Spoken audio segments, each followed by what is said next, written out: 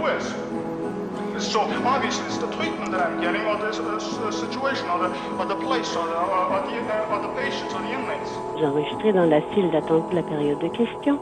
Thank you for your patience. Merci de patienter. Thank you. Merci. The first question, la première question, is from Rachel Emmanuel of High Politics. Please proceed. Your line is open. Good afternoon. Thank you for taking our questions. My first question is for Dr. Bridle and Dr. Phillips, whichever one of you cares to answer, maybe both of you. You've both spoken a lot today about the risks of speaking out against the dominating views on COVID-19 in Canada. What I'm wondering is if you've ever experienced or witnessed the type of muzzling before for dissenting views on medical treatment in Canada. I have to say, I've never seen this level of censorship before. At this point, we have basically a completely new intervention, such as lockdowns, which have never been used before. The fact that in these new treatments, in my experience, physicians are often skeptical of new treatments. I was taught that to be that way in medical school because many products have been pulled off the market after they were even actually fully approved, which these vaccines are not fully approved. I've always been taught in my medical training to be a little bit skeptical, to look at the evidence, look who's funding the evidence, and to look to make sure that we're not jumping the gun on some of these treatments, because often recommendations reverse themselves, such as on aspirin or other interventions. So this level of censorship in forbidding physicians to be able to speak about the harms of these interventions, this mixing of politics with medicine is unprecedented, and I frankly think it's very dangerous. I haven't seen it before.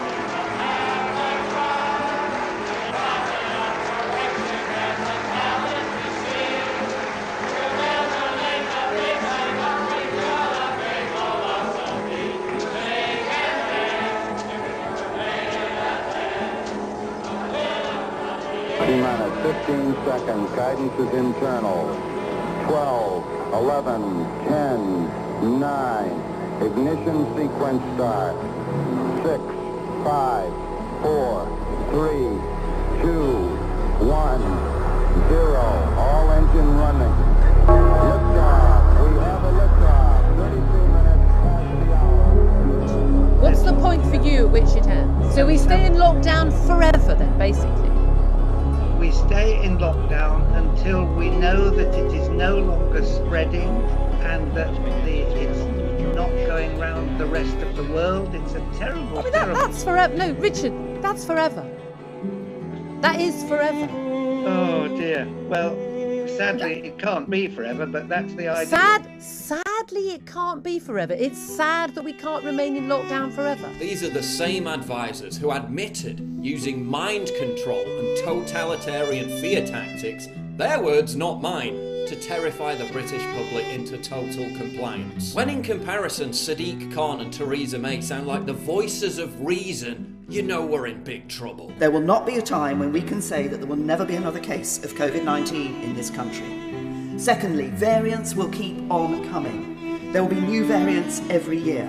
If the government's position is that we cannot open up travel until there are no new variants elsewhere in the world, then we will never be able to travel abroad ever again.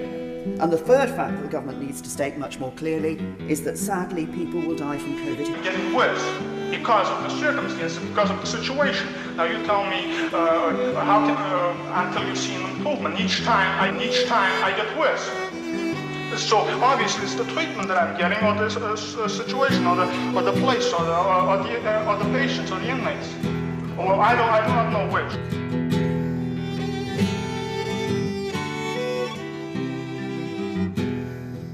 Is it any wonder why so many people are depressed and upset? Like, they don't understand, and that's just, I mean, if it doesn't work, it doesn't work, but this is my take on it. Like, everybody's got their own method of trying to help people with this. You know, they keep talking about there's a mental health crisis, and there's a, yeah. I think a lot of that is due to the fact that we live in a fantasy world, and a lot of people are, how do I put this? I can't remember where I read this. It wasn't my original thought, so I'm not going to pretend I came up with it. But it made a lot of sense, and I'm pretty sure it's true. When you live in opposition to what you believe is right, when you're living in a system or conducting yourself in a certain way that is, the antithesis, or it doesn't jive with who you are as a person. So let's say, you know, you're a good guy, like you're a good or a woman, and you want to help people, and you're an empathetic, sympathetic person, and then you go out to do your job as a police officer, and you're arresting pastors, and you're doing all this shit, and everybody's screaming at you, and they hate you. So you're going to be miserable because it's not right. And you know it's not right, and you're doing it anyway. You know, you're doing things that you know are wrong. You're going to be miserable. It's just, you can't. You have to live true to yourself and do the things you believe in and live the way that, you know, is right for you. And if you don't do that, it's like a fish out of water. It's like throwing a horse in a lake. It's like, this isn't where it belongs. It's not going to enjoy this. It's not going to have a good time here. So when you look at all these people, people are struggling all over the place. And it's my opinion that, you know, a lot of the medical, the things we have in place are basically just treating the symptoms and not the problem. Take these pills. You're depressed, or you have anxiety problems. You have this and you have that. Here, take all these pills, which are extremely expensive. I mean, you know, maybe your healthcare plan covers it, or your insurance, or whatever. But the pharmaceutical companies are making tons of money, and they lobby the doctors to push these pills and shit on people. No one wants to pay attention to the fact that, hey, does anybody want to wake up to the fact that we live in a sick world? It's insane. Like, why? No wonder everybody's, you know, upset. Okay, nothing is the way it should be. Everything is upside down and backwards, and people instinctually can feel this. It's like living on a hamster wheel, and the hamster wheel is covered in barbed wire. Can I continue? Yeah, so I'd like to echo those thoughts. As an academic scientist, the underpinning of science is to have open debate. That's a critical quality control mechanism that we have within the scientific field globally.